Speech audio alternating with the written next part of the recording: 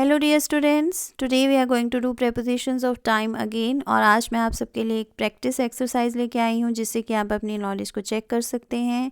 So let's start the video.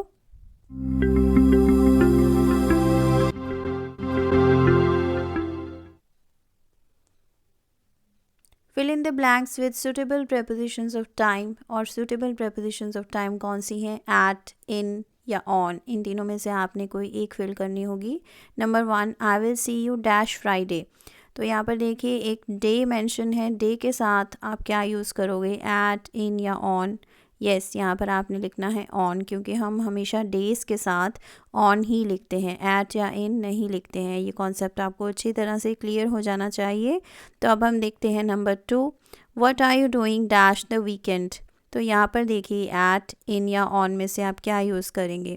तो यहाँ पर आंसर आएगा एट, क्योंकि हम हमेशा वीकेंड के साथ एट ही लिखते हैं। ओके, तो यहाँ पर आपने एट लिखना है और इसे भी अच्छी तरह से याद करना है कि वीकेंड के साथ हम हमेशा एट लिखते हैं as a preposition of time.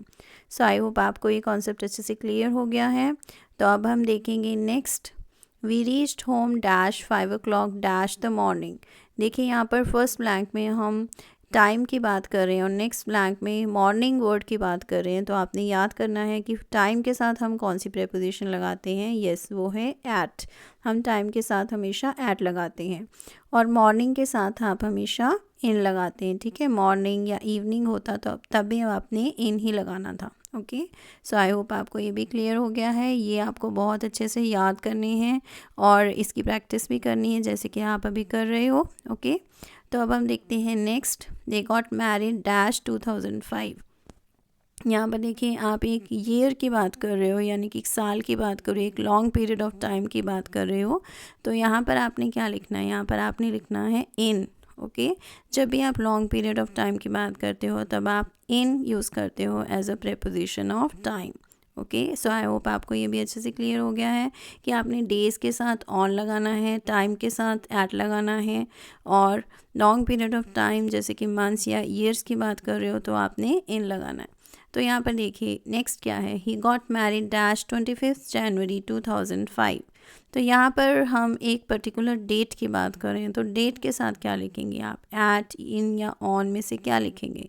यहाँ पर आप लिखेंगे ऑन। जब भी हम डेट की बात करते हैं तो हम वहाँ पर ऑन यूज़ करते हैं as a preposition of time. Okay, तो हम डेज़ और डेट्स के साथ हमेशा ऑन यूज़ करते हैं। ये कॉन्सेप्ट मैंने आपको लास्ट वीडियो में अच्छी तरह से क्लियर कर दिया था। अगर आपने वो वीडियो अभी तक नहीं देखा है then you can watch that video. मैं उसका लिंक डिस्क्रिप्शन में शेयर कर रही हूँ। तो अब हम देखते हैं नेक्स्ट, दे लेफ्ट डैश अक्टूबर। देखिए अक्टूबर एक मंथ का नेम है, एक महीना होता है अक्टूबर। तो यहाँ पर आपने क्या लिखना है? ये भी एक लॉन्ग पीरियड ऑफ टाइम है, इसलिए आपने यहाँ पर लिखना है इन। ठीक है, तो जब भी हम ईयर्स यानी कि साल की बात करेंगे और मंथ यानी कि महीने की बात करेंगे तब हम हमेशा इन यूज़ करेंगे as a preposition of time. Okay, left का मीनिंग होता है चले गए। वे अक्टूबर में चले गए थे, ये एक सिंपल पास्ट टेंस है। सो आई होप आपको ये कॉन्सेप्ट अच्छे से क्लियर हो गया है। अगर आपको वीडियो यूज़फुल लगा है और आपने मेरे चैनल को अभी तक सब्सक्राइब नहीं किया है then please subscribe to my channel. See you in the next video.